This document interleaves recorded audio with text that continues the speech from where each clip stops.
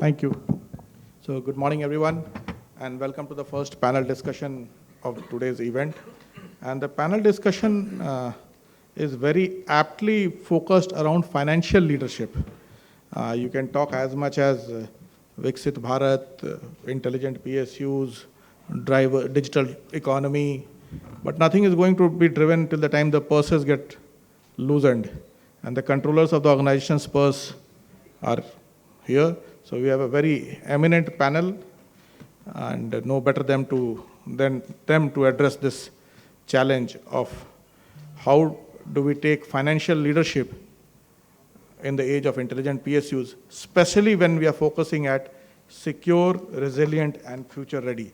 So there are two very diverse kind of focuses: future ready, which directly, indirectly leads towards digital and the competitive advantage of the company, and secure, resilient is safeguarding the business interest in the digital domain. So I will first start with Mr. Pradeep, and specific to his organization. So when you're transitioning heavy manufacturing towards green energy and sustainable alternatives, this requires immense capital. So how are you evaluating your ROI on these sustainability initiatives without hurting the bottom lines? Because all such initiatives have an input cost to it. Thank you. A very important question and relevant today. The main point is that heavy manufacturing. So that it revolves around the core, 8 core sector of the Indian 8 core sector, which influence the other business decision of the other sector. And that core sector, you know, the steel, power, this oil, gas, and the 8 sectors, cement and refineries like that. I have worked in for 5 sector of the core sector. So why this is important? Before going to ROI, this core sector, investment in core sector is most crucial because that drives the economy of the company. And it creates this core sector investment creates a backbone for manufacturing and infrastructure ecosystem. So coming to the investment in this core sector, 8 core sector, which drive the economy and influence other decisions, this investment in green energy and alternative sustainability, it requires the examination of the 5 lanes of that is profitability, risk, competition, capital and resilience. So see, earlier CFO role was there, the basic question that whenever investment come, what is the ROI, what is the rate of return of this investment? Now that has been changed. Now you have to see any investment in the decisions, business decisions, ROI is a financial ROI. It is not a financial ROI, now it has been become enterprise ROI. Because green energy or sustainable energy is equal to your enterprise ROI. It is not a financial ROI. Why enterprise ROI? Because this ROI reflects your core business. So basically this capital allocations and risk management, cost leadership, global competitiveness. Considering all the aspects, there is no question of the traditional CFO ask what is the profitability of this project, what I invest in the technology, what is the IR of this. Now the new industry's scenario has changed. As you know, the industry 4.0, new revolutions come, industry 5.0, new revolution come, global capability 5.0. All these, they're impacting the core sector and other sector also. So accordingly, investment in technology, it is imperative. It augment your core activities, core business. So it is not choice, it is imperative for you to go for the investment in energy sector. So that is the first question. Then comparison to ROI. It is a green investment is not a financial ROI, it is a enterprise ROI. So why it is enterprise ROI? Because as you know, this global business has changed. All the companies, see all PSUs companies, NTPC, you can say example NTPC, they have from thermal to they have now integrated energy solution. IOC, they are going to green hydrogen. Why they are pivoting? Now this question is that you have to see the enterprise ROI, which is much more important than your individual ROI. Because it takes care of your risk management, your cost reductions, your global competition, and more particularly long-term sustainability. So there is no question. So CFO has to think in that way, and it is imperative for the business to go for the enterprise ROI, not individual ROI. So that is the mathematical solution is nowadays not valid. Thank you. Thank you, Pradeep ji. Very interesting perspective from moving from financial ROI to enterprise ROI, and really great. And you mentioned NTPC. So I'll move to Mr. Virendra next. Mr. Virendra, I would want you to simplify things for us slightly. And when we say intelligent PSUs, in your vision, what do intelligent PSUs look like, or how would NTPC as an intelligent PSU look like? And how does it facilitate being a leader in the respective segment, as also what are the enabling pillars for that? So 3 parts: intelligent PSUs, facilitate leadership, and enabling pillars. Interesting question. See, when you say intelligent PSU, I would take a very holistic approach over there. It's not only the most important part for PSU is how to optimize the return, reduce the cost per unit. And when you say reduce the cost per unit, it is not only a financial parameter, it comes in terms of the physical parameters also. So when you say optimize, you optimize on your performances, you optimize on your resources, and the resource utilization. Now that is more important for us. Number 1. Number 2, when you say leadership, you are leading the whole sector. The whole sector is looking at you. And then when you provide leadership, you have to set an example also. You have to set an example, like for NTPC, I should say, in the power sector and for the country, the example is set as to how the things should operate. What are the SOPs? How the returns should be there? How the resource utilization should be there? And how the company sees new technologies, moves into uncharted waters where the other industries, where the other companies do not dare to go, and then find a way out. This is the way we need to lead the country. So that's what we say, it's a leadership over there. And what is more important is, when we talk of all these concepts, as a transformative, as an intelligent PSU, you have to show to the country, you have to show to the world that we have the capacity to do it. And not only we have the capacity, this is the way we have to do it. So we have to show the path so that the other PSUs also can follow the same path and can achieve the same heights. Thank you. Thank you, Mr. Malik. Very interesting perspectives. And one of the things that you said was an eye on the technology and how technology is transforming things. I'll come to maximum impacted sector, which is the multi-commodity exchange, Mr. Chitranjan.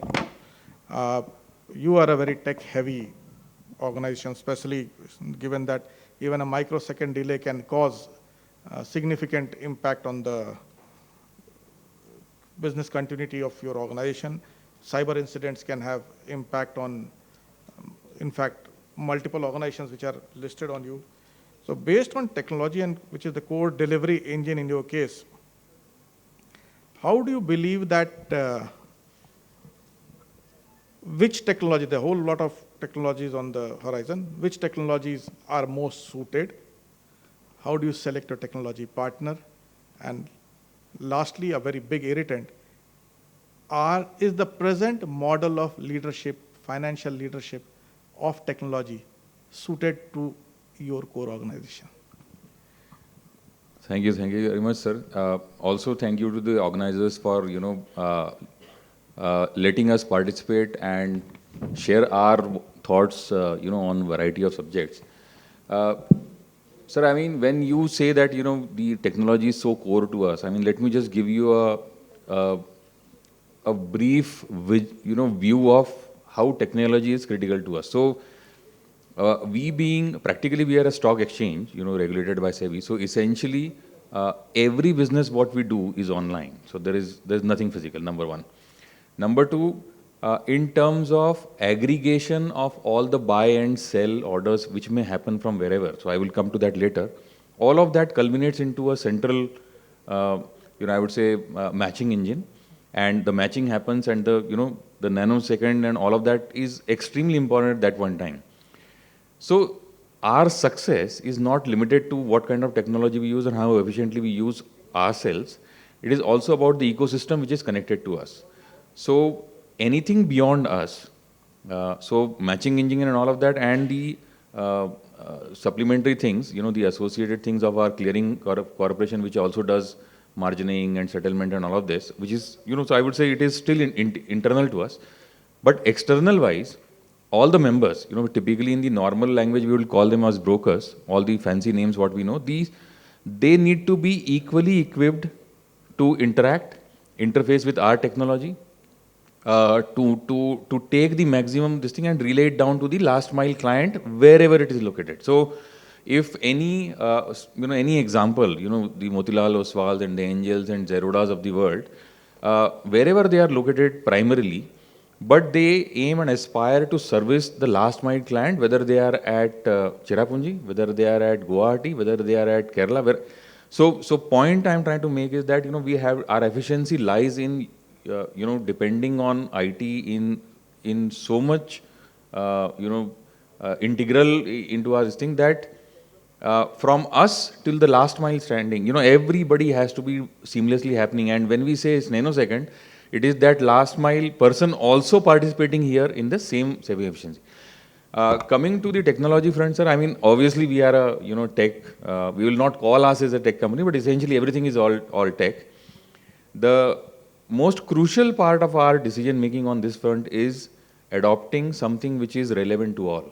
While it's easy for me to say that we are loyal to X or loyal to D, but whatever we are creating has to be integrating and facilitating conversation and convergence with everything which is connected to us. So I may use, simplistically put, if I am using a company, X brand of a mobile phone, but when I am interacting with, the other side who is using, some other brand, there I cannot differentiate. The function required is that it should seamlessly talk, and the functions will happen. Same way, we are trying to improve. We are trying to. We are ably supported by TCS for that matter to help us in that. So every initiative what we do will ensure that not only it brings in, but we also have to ensure that the entire ecosystem of the clients and brokers also graduate in that direction for us to practically implement and bring that benefit to the wider audience. So it's a consistent process, sir. We'll try to take things in batches. We conduct a lot of mock sessions so that everybody in the system understands new features and all of this. And in last, we nearly 21 years old or 23 years old organization, but I can tell you from where we started and where we are doing business today, the scale of what we have achieved was practically possible only because we could adopt and improvise on the technology side of our business. So I would not. I mean, we cannot undermine the importance of this thing in our lives, altogether. Thank you, Chitranji. I will now come to Dr. Sahoo. Dr. Sahoo is from the National Seeds Corporation, and which kind of ensures the food security in a certain manner. So, while managing vast climate-dependent supply chains is a massive challenge, how is commercial resilience is being ensured in today's time of organizations like NSC, given the climate and market shift that are happening today?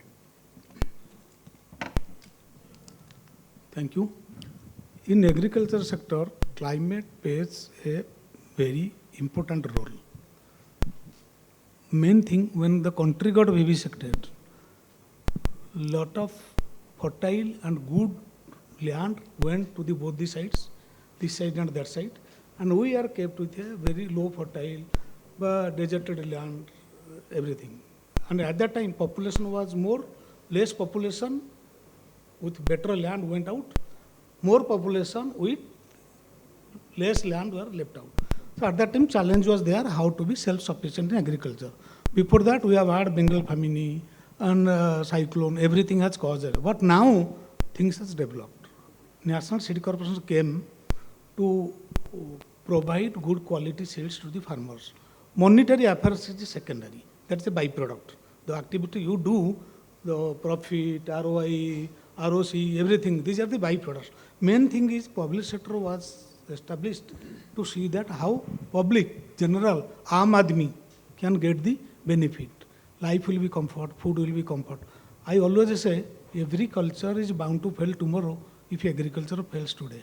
This civilization is perpetuating and have kept for thousands of years because we had Ganga, Yamuna, Brahmaputra, so many rivers, so many lands also, and people are also very industrious, very laborious, that's why you have come.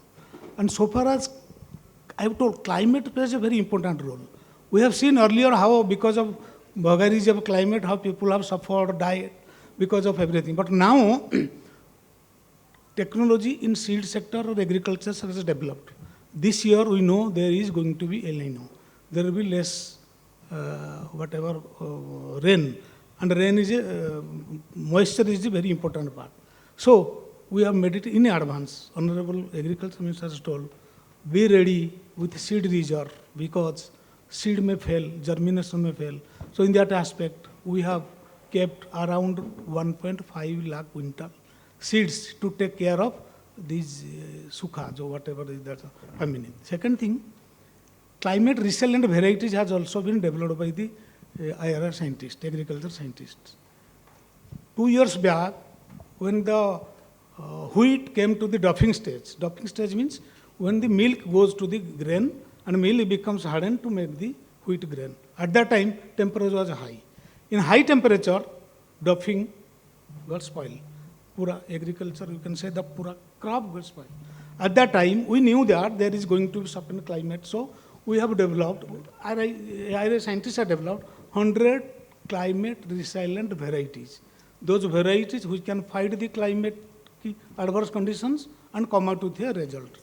The reason is that, so short duration, early planting. Short duration, early planting. So that when February the temperature goes up, that crop is already in the hardened stage. So this kind of new things has been taken place. Secondly, India has 17, 18 different agroclimatic zones. We knew, suppose in Odisha there will be cyclone. We know in Andhra there will be cyclone. We know in the central area there will be drought.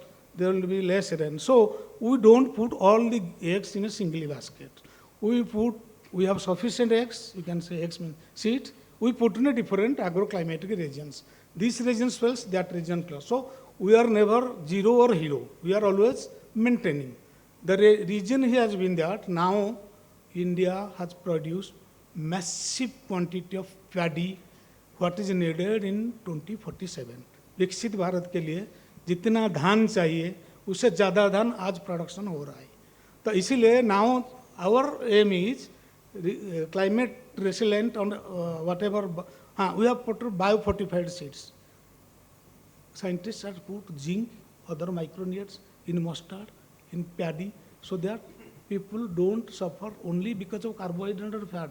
We need some micronutrients. So now that micronutrients also through the grain, through the PDS system, we gave it to the people so that children and we can say pregnant lady, they don't starve of this. So that is the reason why we are now, government has taken an initiative so that let us reduce paddy, let us go up in pulses and oil seeds. What you are importing with thousand crores of rupees.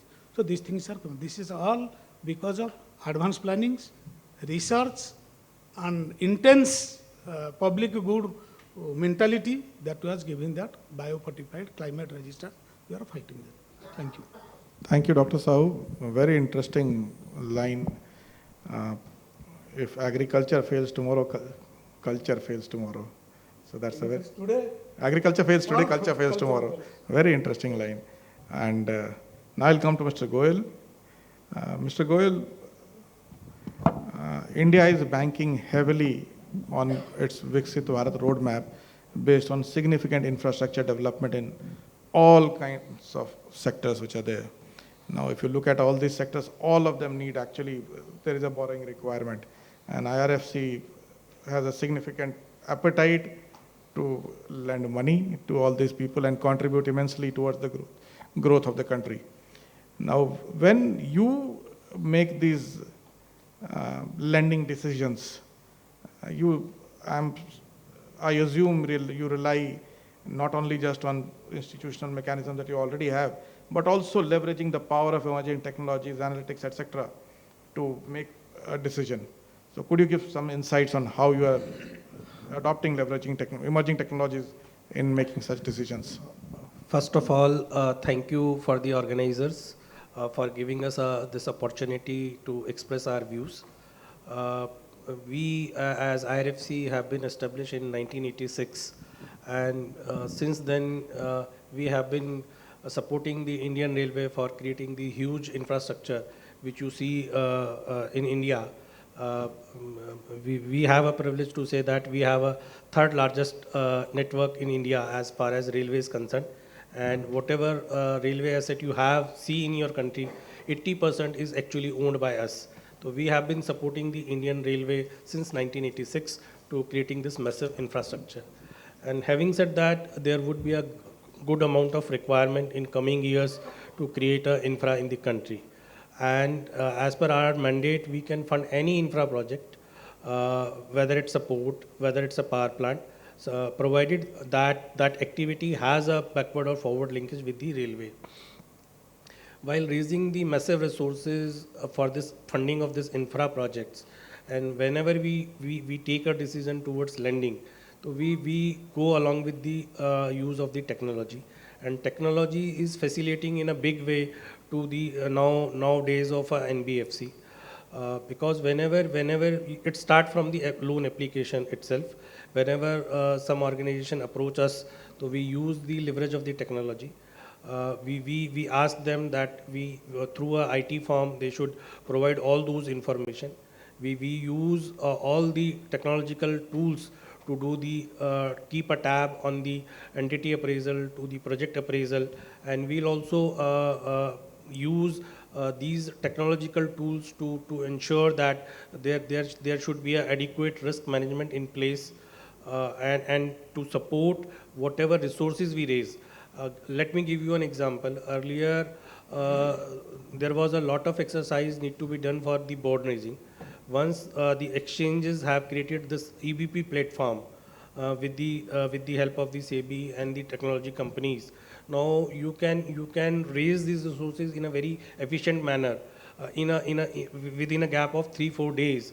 Once now you take a decision, now we have to make a bond issuance, and after 4th day you will have the resources in your kitty. This is the speed which we have to raise the resources.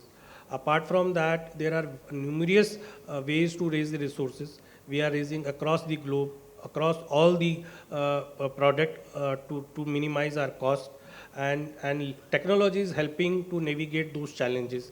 We keep a tab to which resources we should raise, which tenure we should raise, what are the predictive interest rate cycle, what would be the economic environment. So technology is giving us a analysis to support our decision, and they are also helping us in navigating those challenges. How we'll manage the risk. Tomorrow if there is X rate, what would be the predictive rate for tomorrow, and how we'll navigate that risk, how to manage that risk. So technology is supporting in a big way. Apart from that, we are also creating the ease of doing business for my lenders. And whenever we raise resources from like 54 EC bond, now we have an app. And that app takes care of the good interface between who is investing in those bonds.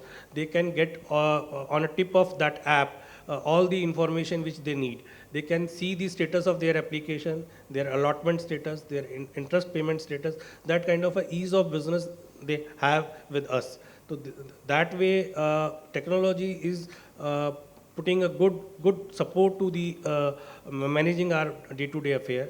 And apart from that, there is a big role for doing the risk management thing. Per se, in NBFC, risk management is a wide area.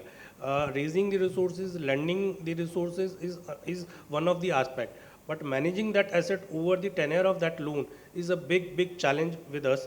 And managing that asset poses various challenges. So in monitoring those assets, I think the kind of a tool and the ecosystem through technology, monitor those industry-wide information, entity-wise information, project-wise information, and the kind of a report they are generating. This gives a good leverage and managing those assets in a seamless manner is technology is supporting in a big way. And apart from that, another function is the compliance, because if you are managing such a big portfolio, compliance is also a big concern. Now, compliance is also becoming easy with the use of the technology, because whenever you have the compliance and it's so automated that it gives you the automated pop-up signals that this compliance is yet to be done, and this is due within this time, so that it keeps a management abreast that these things need to be done, these things we missed, and we have to keep a tab on that. So that way technology is playing a good role, and we are a small of 60 people in the entire company, and we are managing asset more than 5 lakh crore. So this is because of the technology. Tremendous. 60 people managing 5 lakh crore asset size is absolutely mind-boggling, at least to a layman like me. I'll come back to Dr. Sahoo. My interest revolves around food. So, so Dr. Sahoo, digitalization of agricultural value chain involves highly distributed data across rural networks. So what financial guardrails are you putting in place to ensure that these, I would call digital public infrastructure investments remain both secure, scalable, and interoperable? As I have said earlier, agriculture was not that technology driven. It was manual operations. Say bullock, cart, harvesting manual, everything was there. And earlier, government was giving subsidies and many assistances to the farmers, which were, as we know that earlier, someone said, 100 रुपए से 85 rupees बीच में चल जाता है, 10-15 पैसा जाता है. But now things has reversed. Now technology plays an important role. And technology is not back-handed. It is not earlier technology used for making data analysis, this thing. But no, now it is less back-handed, more front-handed. Now every company, every agriculture-related company, the focus is the farmer, the focus is the consumer. In that case, now National Seed Corporation, now our products are available on ONDC. People are ordering the seeds at staying at their home, and material, whatever seeds and other material reaches at their home. This facility exposes to a vast majority of the consumers. Secondly, farmers. Now farmers also, whoever, we have around 20,000 growers at different places of the country. No block or taluk is there in this country where NSC has no presence.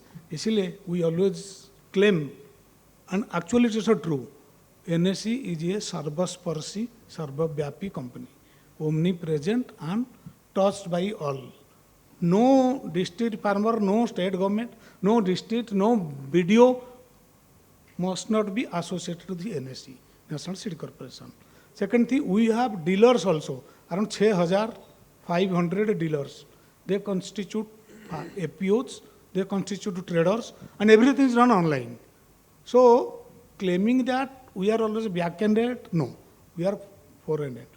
Quality complaint, suppose they do sit at your home, give the complaint on your websites, we sort it out whatever the procedure. Though quality complaint is very minimal, it is 0.001%. We cannot go up to Japanese level, but we are trying to that. Second thing, technology is used in our farm operations. We have 22,000 hectares of land. It is in the western Rajasthan and Raichur and Hisar. Western Rajasthan means Suratgarh, Sardargarh and Jetsar.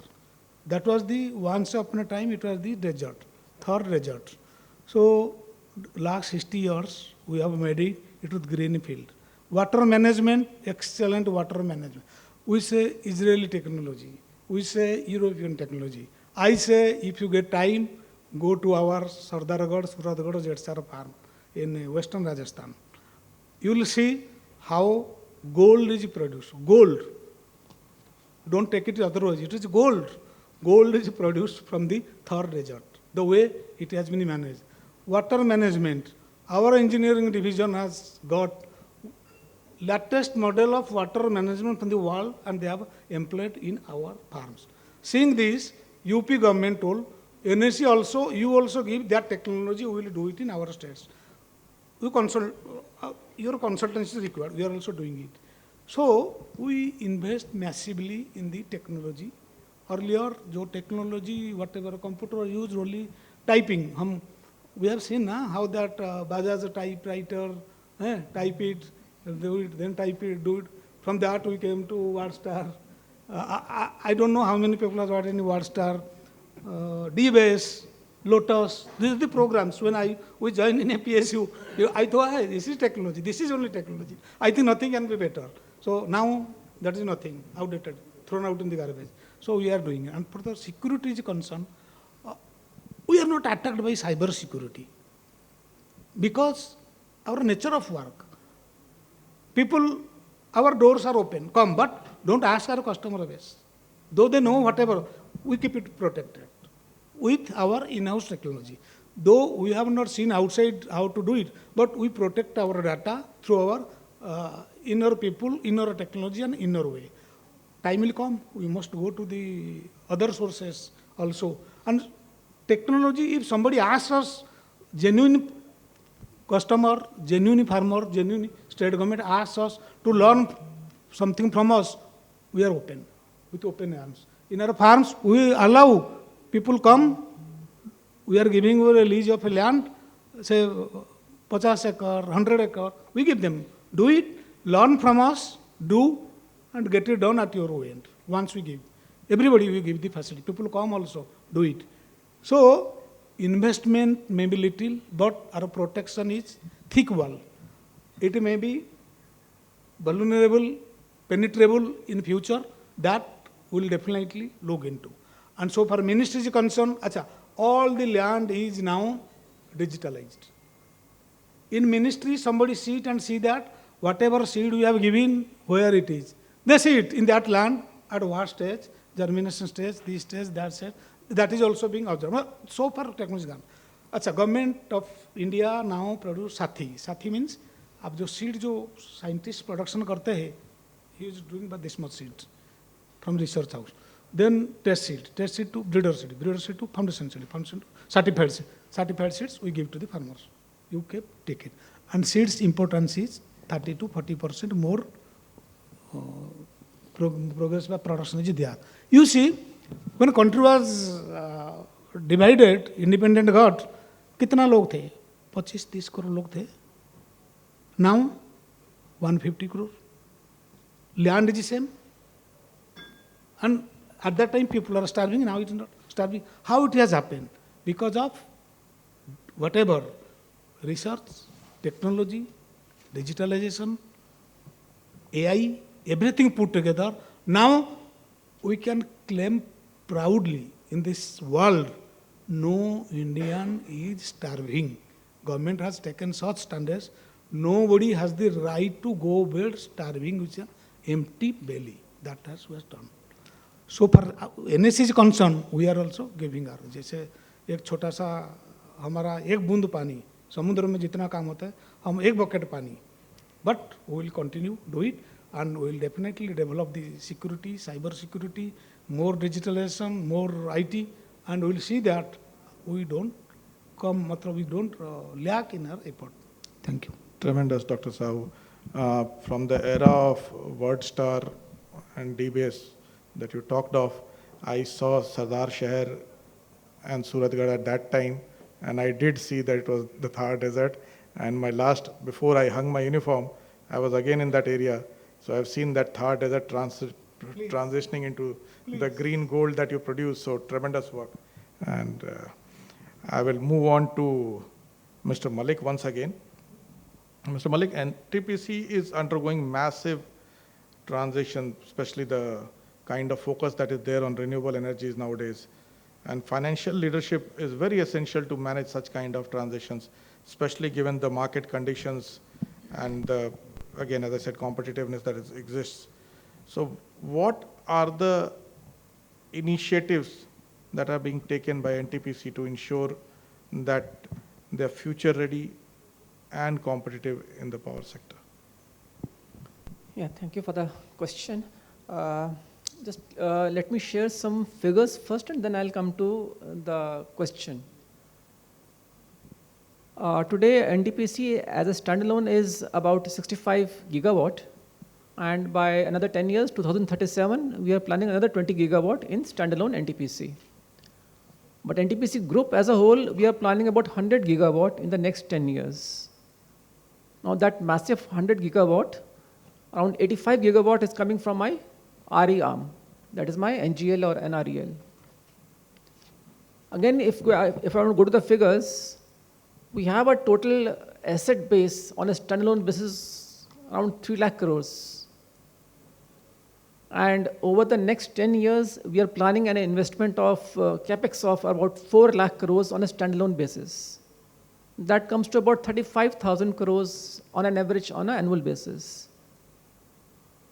And we further plan to have among that 4 lakh crores, around 1.25 lakh crores we are going to invest in our subsidiaries and JVs. So that is the figures that we are talking about. And we are still at a debt equity ratio of around 1. So how do we plan about it? See, firstly, for us, we are not going out of my thermal business. I am into my thermal business. It is giving me a regulated return, and I am staying with that. But yes, as I told you earlier, 20 gigawatt in the next 10 years, I am slowing it down because that is the way I am getting my cash from. That is my cash. And that is where I need to invest. That is the source from where I have to invest now. And what I have done is, I have ring-fenced my RE business. When I am saying my RE business, my total RE business is coming through my NGL. So my total 100 gigawatt plus would be coming from my RE business. And once I am going a ring fencing, I am saying, go and get that money for you. So now they are again at a very healthy debt equity ratio of 4:1. Now what they are doing is, they're getting into joint ventures with the state governments and other PSUs like IOCL, ONGC, state governments like UP, Chhattisgarh. What's the purpose? Let them become the equity partners. So the state governments are becoming my equity partners now. The PSUs are becoming my equity partners. Again, when I go for the green arm, they're getting those green bonds from the market. In fact, we were very surprised about 1.5 years back when the NGL was just formed, and they could take loan from the market at a rate which was below the rate at which NTPC could take. And that was very surprising for us also. But yes, that's a green arm, and they had that appetite from the market. Once I go with these things, another thing that is coming up is very massive is the nuclear investments. The Mahi Banswara is going great guns, and I think the first nuclear plant that we are having is going ahead of schedule. That's going to be a great thing, and there are going to be more nuclear plants. And that's another massive investment that is down the line. So with a debt equity ratio of just 1, I can leverage a lot of debt. In fact, my net worth is, the group net worth is around 2 lakh crores right now. And we expect to have about 3 lakh crores of net worth over the next 10 years by 2037. So those are massive figures that we are talking about. And there's a lot of appetite still left. In fact, the growth is going to come from my subsidiaries and JVs, basically from the RE business, from my nuclear business. In fact, Last week we had another JV formed with EDF France for the PSPs also. So PSP is another thing that is coming up very fast. Another 10 to 12 PSP plants are going to come up from NTPC stable through various JVs and subsidiaries, THDC, NIPCO. There could be some IPOs also coming up from a few of my subsidiaries. So if you see from the financial point of view, I am provided more than adequate to take care of my growth for the next 10 years, 2037. And if you see the growth, I think I may be doubling up my capacity over the next 10 years or so. So I think we have sufficient amount of leverage available with us. And if I go to the market is just waiting for, because if you see that about 80 gigawatt capacity of NTPC standalone, the figures I gave you, it provides me a comfort that yes, financially, if anything happens to any of my subsidiaries, I am there. In fact, Sunil ji is there and he will he was also there in that witness ceremony. We provided, the IRFC provided a loan of around 12,000 crores to one of our joint ventures, the Hindustan Urvak company itself. So that was a massive loan that came from one of our financial institutions, and the industry is just waiting for us to take growth. So I think we are on the right track, and we have adequately been provided for in case of financials. So yes, the growth would be there. Thank you, Mr. Malik. Tremendous growth insights into the NTPC's future roadmap, starting from RE to the nuclear. So now nuclear brings a risk kind of a risky kind of a proposition. And when I look at risk, a lot of people, especially in the emerging technology space, are leveraging AI and different kind of risk models, etc.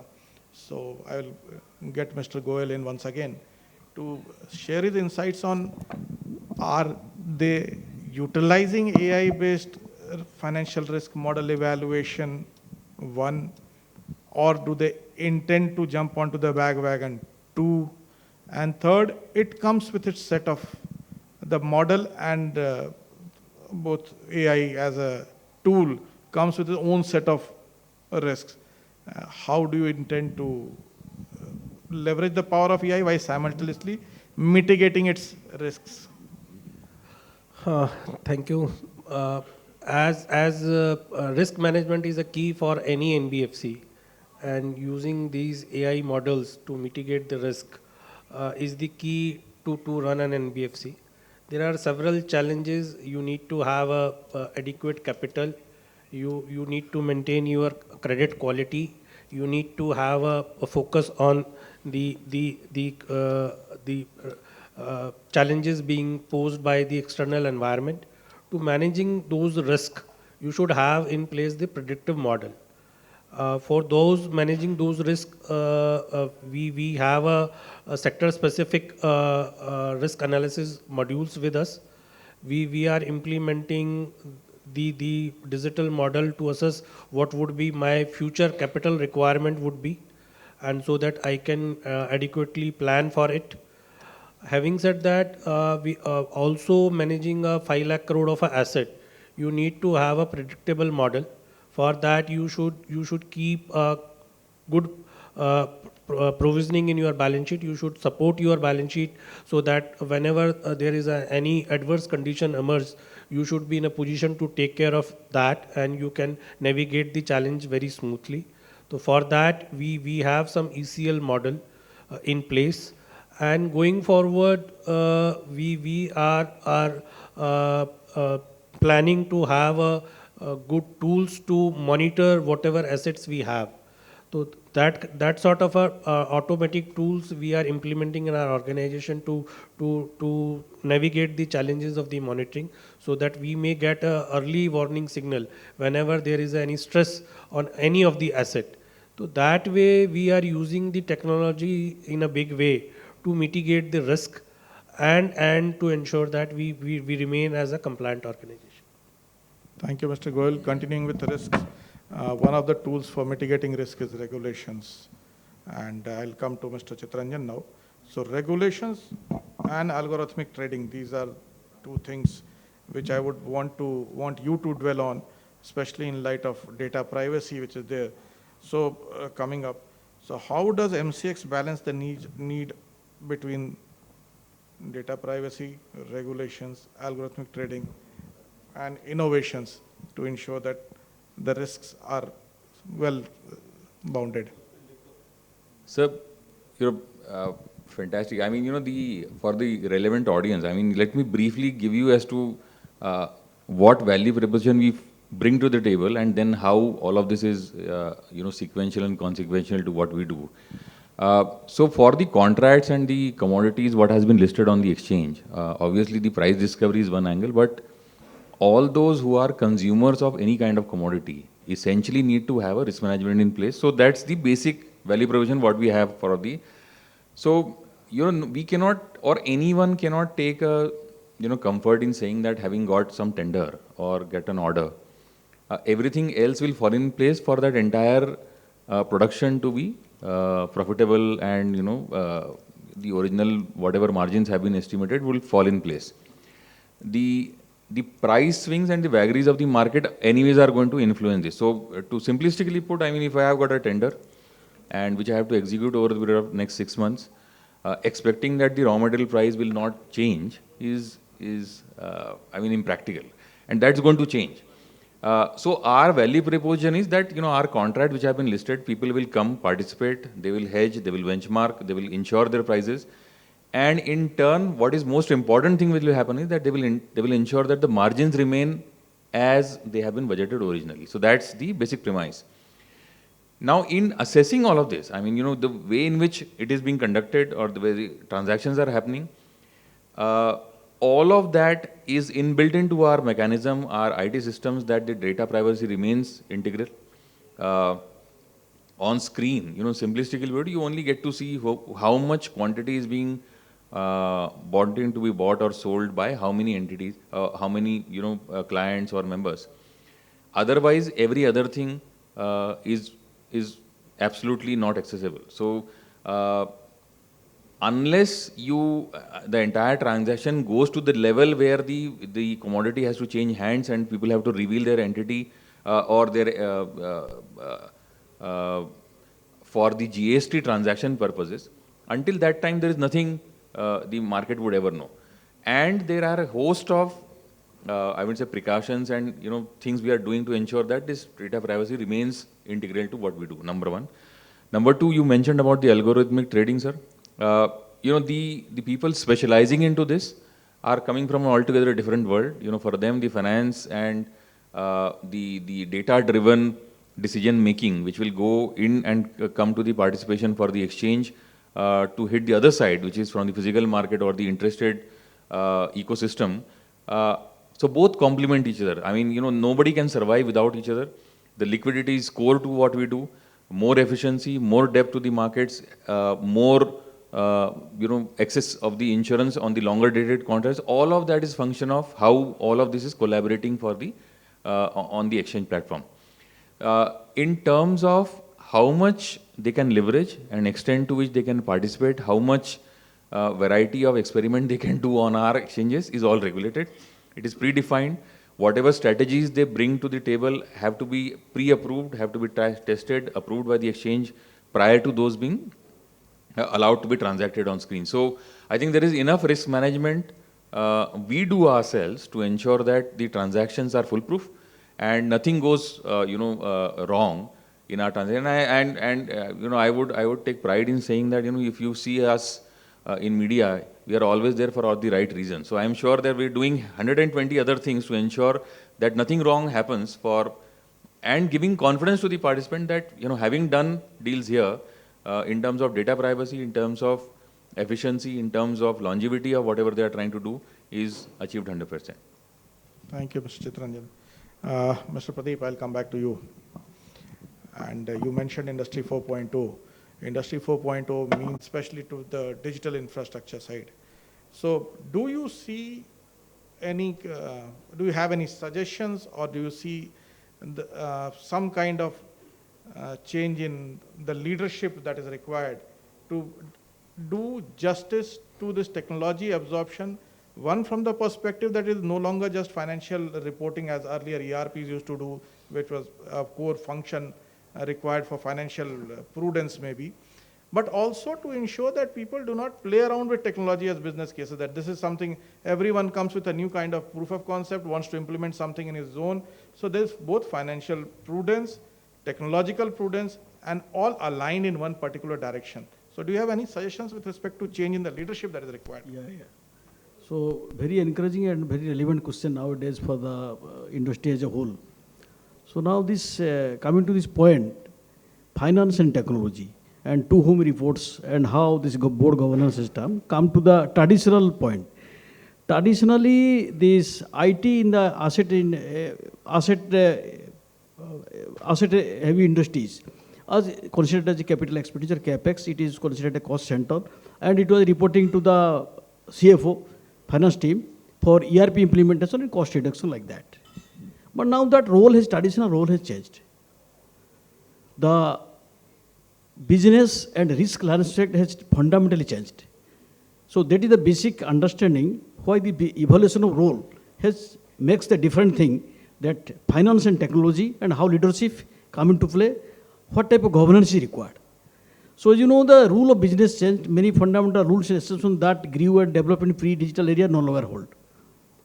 So in every industries, the spread of new technology, rise of disruptive threats are reshaping, transforming the business model and processes. So now digital transformation is not an IT project. It is not a technology. It is about strategy and leadership, the new way of strategic thinking and way of leadership. So digital transformation is not about technology. So the truth is apparent lies in the fact that the new changing role of technology leadership within business to reimagine, reinvent the core business itself. So that is very critical.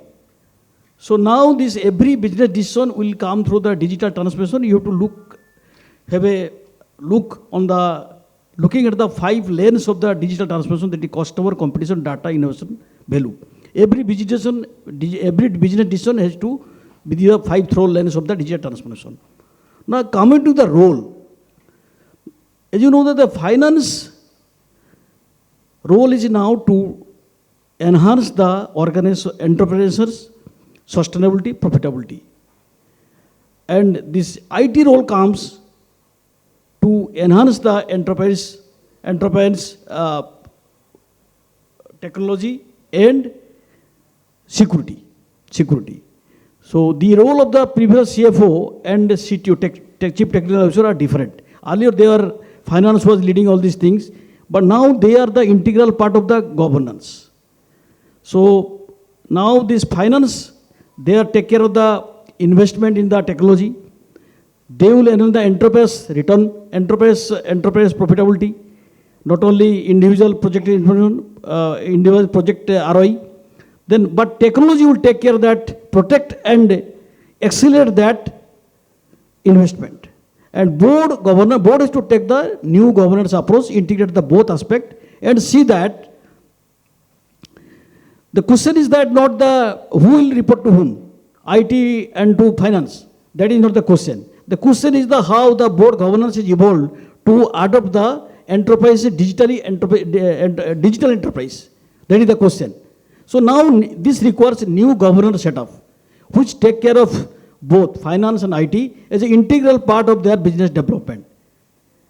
So this is a new thing change. CF role is changing, business scenario is changing.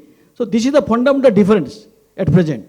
So both are integral part of the board decision. Board has to take care of the both IT and finance. They are indispensable, and they are independently serving for the mission of the entrepreneur's profitability. Thanks. Thank you, Pradeep ji. Thank you so much. Wonderful insights. Ladies and gentlemen, we have heard from what I would say a very interesting panel in hindsight, which I realize you have roti, makan, bijli, paisa, and future paisa towards secure, resilient, and future-ready digital infrastructure for PSUs. Fahim, I know we have run over time. Do we have time for one question or 1 or 2 questions for audience? So we have one audience question that can be taken if anyone wants to pose a question. 5. Oh, I just got one.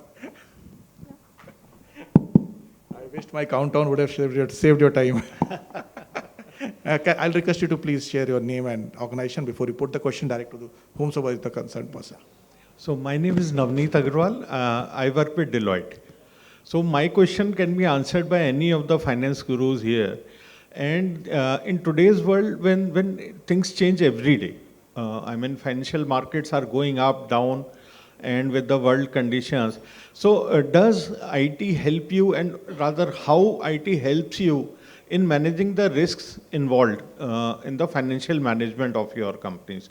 Any one of you can take that question, please. Wonderful question, Mr. Agarwal. In fact, I'll suggest every panelist 2 lines would do the right thing for you. So 2 lines from every panelist, starting from Mr. Pradeep. So very interesting that every business decision, as I told you, every business decision has to be through this technology. So technology imperative. That I told the digital transformation. Globally, it focuses on the 5 domains: customer, competition, data, innovation, value. And technology play the role all these domains. So without this domain, business cannot exist. So now technology, as you told, that technology play vital role in the digital transformation, every aspect of business. See customer. So you have to be digitally customer requirement, then competition. So only technology can devise you, design you, and your risk management landscape can be managed by the competition. Data, similar. Huge data, technology can give a analysis, insight, foresight, predictive analysis in manufacturing sector, also real-time management. Competition, data, innovation. So this technology gives the innovation. So see the thing, the finance the analytics you are using. So hardly for reconciliation of anything, GST, 2 months, 3 months. Now only 1 hour, half an hour, everything is done. So these are things, technology taking a new looks, and without that, business cannot survive. Thank you. Mr. Goel, 2 lines. Basically, in my view, the geopolitical volatility and the volatility in the financial market would be the new norms as per the current scenario. And you have to navigate with these challenges. And whenever you have to navigate these challenges, then there should be a good, adequate predictive model should be available with you. How we are managing in our organization, let me tell you. Because we have a subscription we are raising the resource across the globe, and we have a good foreign currency exposure in our balance sheet. And to managing the currency volatility is a big risk on my balance sheet. And managing that risk, technology is supporting me in a big way. We have a subscription from the Bloomberg terminal and the router terminals, and they have a good analytical tool available with me, and they'll give a good insight that at what level, what kind of a exposure I'll have, what kind of a risk I'll have, and what kind of an impact I can have on the top line and bottom line of my company. And what sort of coverage I should take at any point of time, and what would be the future currency movement based on the interest rate cycle and based on the currency movement going forward. It linked with various other aspects like oil prices, gas prices, and the kind of a growth rate you will have, what kind of domestic inflows you may receive in coming future. So it's give you a complete overall picture. And based on data points and based on that predictive analysis, you can well gauge the whole situation, and you are in a better position to manage the risk, to take the decision and implement those decisions. That way technology is supporting in a very big way. Thank you. Mr. Malik. Just have a supplement what Sunil ji has said. In fact, he spoke about the predictive analysis. In fact, managing a portfolio of the size of the company that we are talking of, and with more than 35 to 40 subsidiaries and JVs, it is the issue as to, and new businesses are coming every day. So it is the way how you model those businesses, how you take a decision, where you have to go for investment, where you have to go for acquisitions, where you have to sell off the business. So I think all those modelings and hedging is one thing which you already covered. So even though, in fact, I would go a step further, and the VUCA thing is said very often, and it is relevant to finance also. what happened recently with the crisis which happened and the way the currencies started falling, there was a time when you can say for the power sector, the CRC gives a pass-through for the foreign exchange. But that's still not the case, because even though the foreign currency variations are passed through, they increase the cost of the energy. And once the cost of per unit cost increases, you start losing in the market also. The beneficiaries will not buy from you. So the hedging process is over there. In fact, a lot of companies lost quite a lot of amount in the foreign exchange recently, in what happened recently. But with the help of hedging, I think that was one of the wonderful things that saved we could have made a lot of provisions if those hedgings were not there. So all those predictive analysis and all those modeling, I think that goes a long way. I think finance cannot work without all those models. Thank you, Mr. Malik. I would have loved to come to the balance, two of you, but I'm being repeatedly being sounded on. Sentence. When you are going to there's a global volatility. It is there. It will be there now for quite some time. It cannot be avoided because of the kind of rulers in every country or every segment or every continent there. These things are bound to happen. So, if you want to have a safe, secure investment, I think it is roti, kapda, makan, fuel, energy, the basic things. जिसका demand रहेगा progress होगा, उसका कभी नहीं होगा. Whatever may be the global volatility. And the cloud things, na, जो whatever vacuum things, na, don't do it. Tomorrow it will collapse and everything. So this much I have to. So that leaves only Chitranjan. You might also share your 2 lines.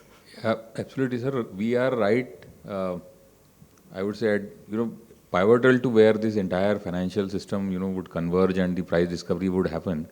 We are on the other side. So our agenda is to ensure that the data and the information, the moment it is created, how it can reach the fastest to the last mile. So, aspirationally, if the speed with which the transactions are happening have to be relayed out to the last, the client at every nook and corner. So we are trying to bridge that gap, and that's been a constant endeavor forever for us. So for us, IT is backbone. IT is what we breathe, drink, eat, food, everything. So, the only thing we are trying to do is whatever is being done or happening on the exchange in terms of price discovery, it should reach the final consumer or participant in the minimum period of time. That's the sum and substance for us, sir. Thank you, Chitranjan. We have had a wonderful long, panel discussion on the very relevant topic, and I would now hand over back to